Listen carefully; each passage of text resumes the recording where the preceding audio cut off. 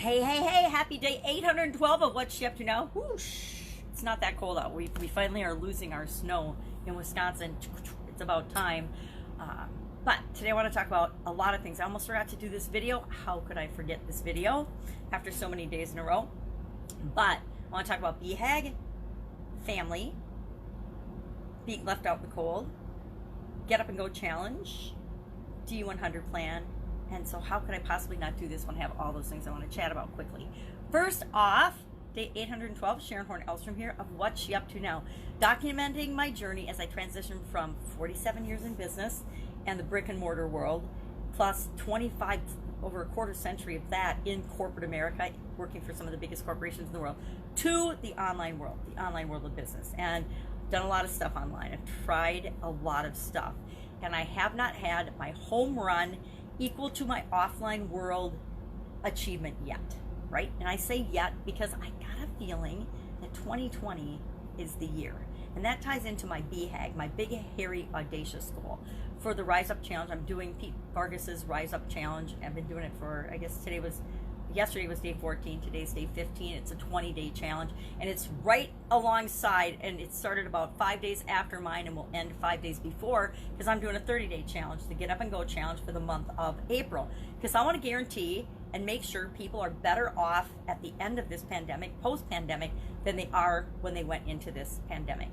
Every person on this planet has the ability to be better off than when we started in this pandemic, each and every one of us, in more than one way, but in many ways, in any way, shape, and form. So, Get Up and Go Challenge today was all about the D100 and how you interact and communicate with those people.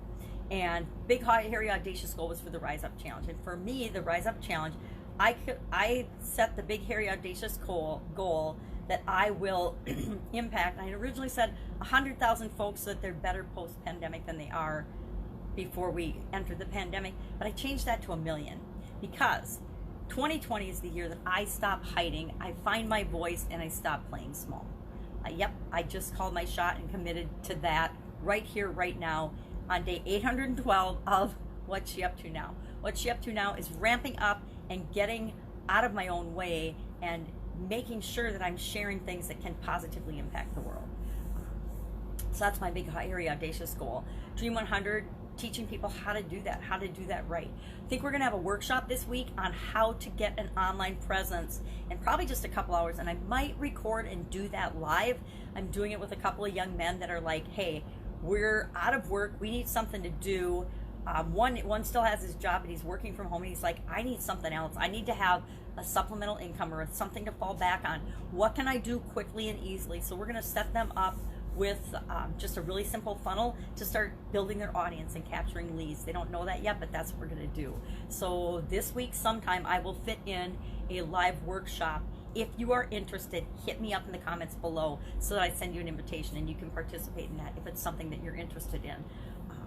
Everybody should have an online presence. Everybody should have some component and an online way to bring income into your life and into your family and into your world. It's just something that's open, and the barrier to entry is so low. It's easy to do. I mean, the world of internet marketing makes it seem like it's super duper hard, but it's not that hard.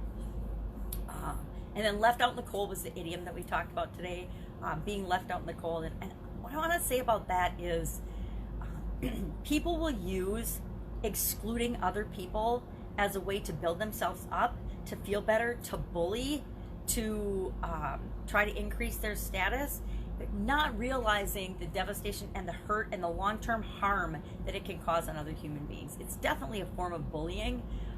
It's a form of manipulation, and it's been around, since the beginning of time, and will continue to be around. It's up to us to steel ourselves from that and to realize that sometimes the fear of missing out or missing out on an experience, it's in our own best interest to not participate in certain things. I have so many stories about missing out and the blessings that came from not participating in things, especially high school antics. There's a lot of situations and things that happen when people don't have the best judgment, where you choose not to go along. Hopefully you're listening to your intuition, and you find out that they all got in trouble because of something that they did that they weren't thinking about, right?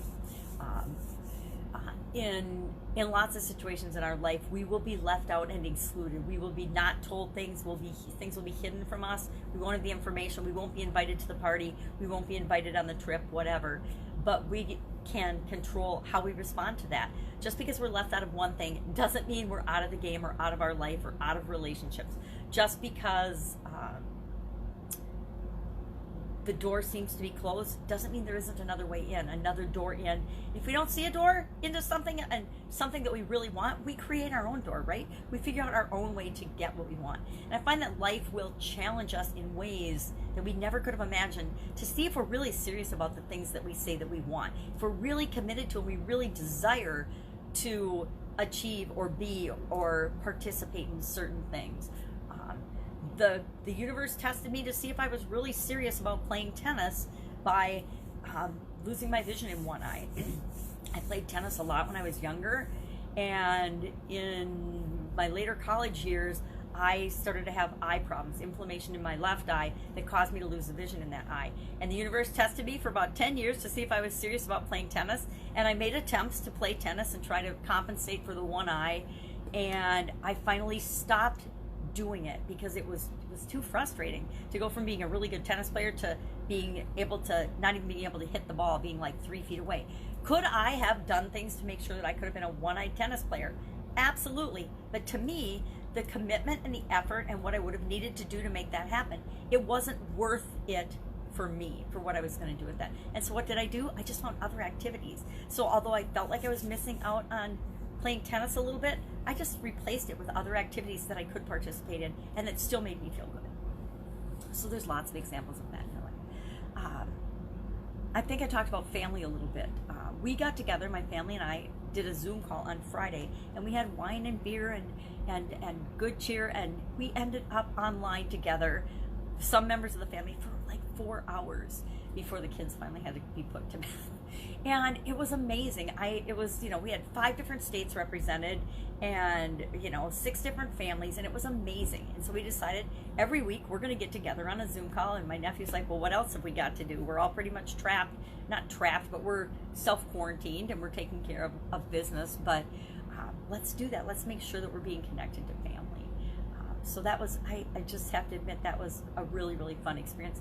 And I will take credit for having thought of it and getting everybody together, because selfishly, I wanted to have a glass of wine. I haven't had anything at all. I don't believe in drinking alone. I have a sister that was an alcoholic, and so I've learned a long time ago that addiction can run in our family, and I'm not going to set myself up for that. So I was like, really wanted to have a glass of red wine, but I didn't want to drink alone. So I called everybody up and I said, hey, let's have a glass of wine and just catch up with each other and check in and see how we're all doing throughout this experience. It's an experience that's different for each of us, yet we're all going through it at the same time. So there's power and there's connection in that. That's it. That's all I've got. If I can help you in any way, hit me up in the comments below. If you are someone that does not have any type of online presence in your business and you want one fast, just ask me. We could get you going in about 5 minutes. I can tell you the steps you need to do and exactly what you need to do to get moving in that direction. Everybody needs to move in that direction, especially in the situation that we're in right now. We need to be able to use and do what we can do to keep moving forward and to keep making progress in our lives. Have an awesome day, and I'll, of course, be with you tomorrow. Bye.